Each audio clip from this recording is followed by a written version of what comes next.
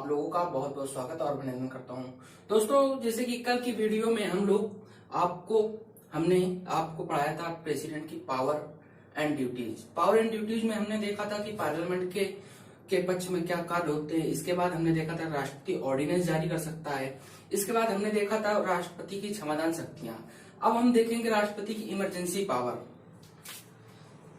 Emergency power of president यानी कि राष्ट्रपति की आपातकालीन शक्तियां। आपातकालीन शक्तियां में राष्ट्रपति को 3 प्रकार की आपातकालीन शक्तियां प्राप्त है। नंबर 1 राष्ट्रीय आपातकाल, नेशनल इमरजेंसी। नंबर 2 राष्ट्रपति शासन, प्रेसिडेंट रूल। और नंबर 3 वित्तीय आपातकाल, फाइनेंशियल इमरजेंसी। इनका जो आर्टिकल है, राष्ट्रीय आपातकाल का जो आर्टिकल है, आर्टिकल 352 के तहत इसको रखा गया है भारतीय संविधान में।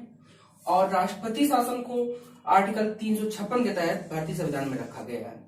और वित्तीय आपातकाल, फाइनेंशियल इमरजेंसी को आर्टिकल 360 के तहत भारतीय संविधान में रखा गया है। अब हम देखेंगे इस सभी को एक एक के क्रम में देखते हैं। जैसे कि राष्ट्रीय आपातकाल क्यों लगाया जाता है, किस आधार पर लगाया जाता है, इसका लगाने का आधार क्या है, कारण क्या है। जैसे कि राष्ट्रीय आपातकाल, नेशनल इमरजेंसी का आर्टिकल 352 के तहत रखा गया है। और इसका जो आधार होता है, आधार होता है यदि वार हो जाए, युद्ध हो जाए तो लगाया जा सकता है। वार मतलब किसी भारत का किसी दूसरे देश से युद्ध हो जाए तब नेशनल इमरजेंसी लगाई जा सकती है। फिर इसके बाद इंटरनल एग्रीगेशन, बाहरी आक्रमण मतलब किसी बाहरी देश का भारत की सीमाओं पर आक्रमण कर दे तो नेशनल इमरजेंसी लगाई जा सकती है। और फिर इसका आर्म रिबेलियंस मतलब कि सशस्त्र आंतरिक विद्रोह, यदि भारत देश के अंदर 2 कम्युनिटी के बीच में हिंसा हो जाए तो फिर नेशनल इमरजेंसी लगाई जा सकती है। नेशनल इमरजेंसी पूरे भारत में भी लग सकती है और भारत के किसी भाग में भी लगाई जा सकती है। इस प्रकार देखा जाए कि जो नेशनल इमरजेंसी है, लगने से 1 मंथ के भीतर पार्लियामेंट में हर बिल लाकर पास कर दिया जाए तो 6 मंथ के लिए पास कर दे तो इसे कई बार बढ़ाया जा सकता है, कितनी भी समय तक बढ़ाया जा सकता है। जैसे इमरजेंसी लगाई जाए, फिर उसके बाद पार्लियामेंट में बिल आ जाए, बिल आने के बाद फिर तो इसको पास कर दिया जाए और फिर नेशनल इमरजेंसी खत्म होने के 6 महीने खत्म होते हैं, फिर बिल आ जाए, फिर पास कर दिया जाए। तो इस तरह करते करते असीमित बार तक बढ़ाई जा सकती है।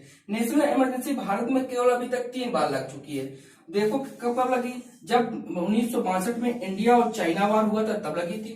और फिर इसके बाद 1971 में जब इंडिया और पाकिस्तान वार हुआ था, इसी वार में बांग्लादेश का निर्माण हुआ था, तब नेशनल इमरजेंसी लगी थी।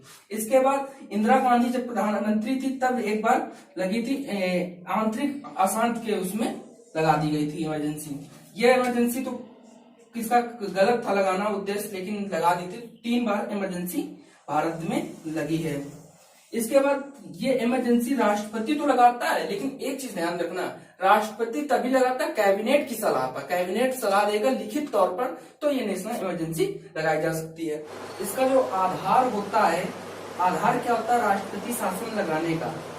आधार होता है किसी राज्य में संवैधानिक तंत्र की विफलता, यानी कि किसी राज्य का शासन संविधान के अनुसार नहीं चल रहा है। इस आधार पर प्रेसिडेंट राज्य में राष्ट्रपति शासन लगा सकता है। ये प्रेसिडेंट को कैसे पता चलेगा कि राज्य में राज्य का शासन जो है संवैधानिक के अनुसार नहीं चल रहा? यह राष्ट्रपति महोदय को राज्यपाल द्वारा बताया जाता है कि राज्य में संविधान के अनुसार नहीं चल रहा है शासन। इस आधार पर प्रेसिडेंट लगा सकता है राज्य में राष्ट्रपति शासन। और भी कई आधार से पता चल जाए कि राज्य में जो है कि नहीं चल रहा है, राज्य का जो सरकार है संविधान के अनुसार कार्य नहीं कर रही है, तो इस आधार पर राष्ट्रपति शासन लगाया जा सकता है। राष्ट्रपति शासन देखा जाए तो अब तक कितनी बार लगाया जा चुका है? राष्ट्रपति शासन कई बार लगाया जा चुका है। सबसे ज्यादा बार प्रेसिडेंट रूल लगा है केरल में, और सबसे ज्यादा समय के लिए जो लगा है पंजाब में 5 ईयर के लिए, और सबसे बार जो लगा है, सबसे अधिक बार जो राष्ट्रपति शासन लगा है यूपी में, उत्तर प्रदेश में। इसकी अधिकतम अवधि 3 साल होती है, मतलब कि 3 साल ही राष्ट्रपति शासन लगाया जा सकता है। फिर इसके बाद अगर और भी लगाने की जरूरत पड़ती है तो पार्लियामेंट में बिल लाकर 6 महीने पहले बिल लाकर इसको और बढ़ाया जा सकता है। फिर इसके बाद देखते हैं वित्तीय आपातकाल, फाइनेंशियल इमरजेंसी। वित्तीय आपातकाल जो आर्टिकल 360 के तहत रखा गया है, इसका आधार होता है वित्तीय स्थायित्व का बढ़ जाना, यानी कि वित्तीय साख का कम हो जाना। ये चीज देखो, वित्तीय स्थायित्व क्या है, वित्तीय साख का क्या है, यानी कि इसको सीधे सा तरीका होता है कि भारत सरकार की इनकम कम हो जाना और खर्च ज्यादा हो जाना। यानी कि भारत सरकार की इनकम है 10 रुपए और खर्च हो जाए मतलब कि 100 रुपए, तो इस आधार पर वित्तीय आपातकाल लगाया जा सकता है। और लेकिन भाई एक चीज और ध्यान देना कि वित्तीय आपातकाल आज तक भारत में कभी नहीं लगा है, ऐसा कभी मौका ही नहीं आया जो भारत में वित्तीय आपातकाल लगा हो। इस बार दोस्तों देखो, वित्तीय आपातकाल, राष्ट्रपति शासन और राष्ट्रीय आपातकाल, नेशनल इमरजेंसी, ये 3 प्रकार की राष्ट्रपति आपातकालीन शक्तियां हैं। और कुछ शक्तियां विशेष हैं, अन्य शक्तियां राष्ट्रपति महोदय जी के, जैसे कि प्रेसिडेंट जो होता है पार्लियामेंट के सेशन में सत्र को बुलाता है और समाप्त करता है, सीजन को बुलाएगा और समाप्त करेगा।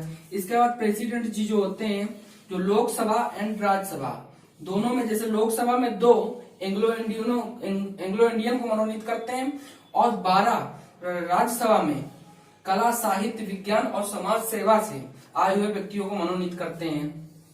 ये विशेष पावर है प्रेसिडेंट की। और जैसे कि राज्यसभा और लोकसभा में 2 सदनों में किसी बिल पर मतभेद हो जाए तो दोनों सदनों की संयुक्त बैठक ज्वाइंट सिटिंग राष्ट्रपति जी बुलाते हैं। इसके बाद कुछ बिल ऐसे होते हैं जो पार्लियामेंट में पहले राष्ट्रपति महोदय जी साइन करते हैं, इसके बाद ही प्रस्तुत किए जाते हैं।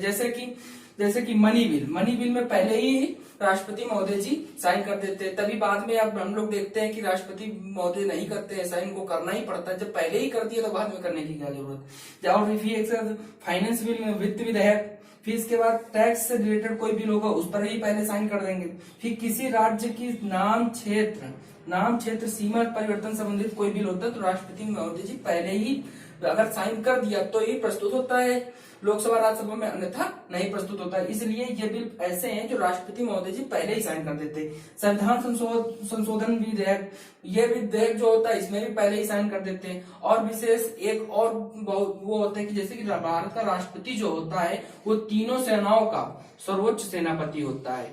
इस प्रकार जो है दोस्तों, हमारा जो राष्ट्रपति का टॉपिक है पूरा कंप्लीट हो चुका है। जहां तक रहा हमने सब पढ़ा दिया है आपको, राष्ट्रपति के टॉपिक में कुछ भी नहीं छोड़ा है। अब इसके बाद हम लोग आप लोगों को वाइस प्रेसिडेंट पढ़ाएंगे। धन्यवाद दोस्तों।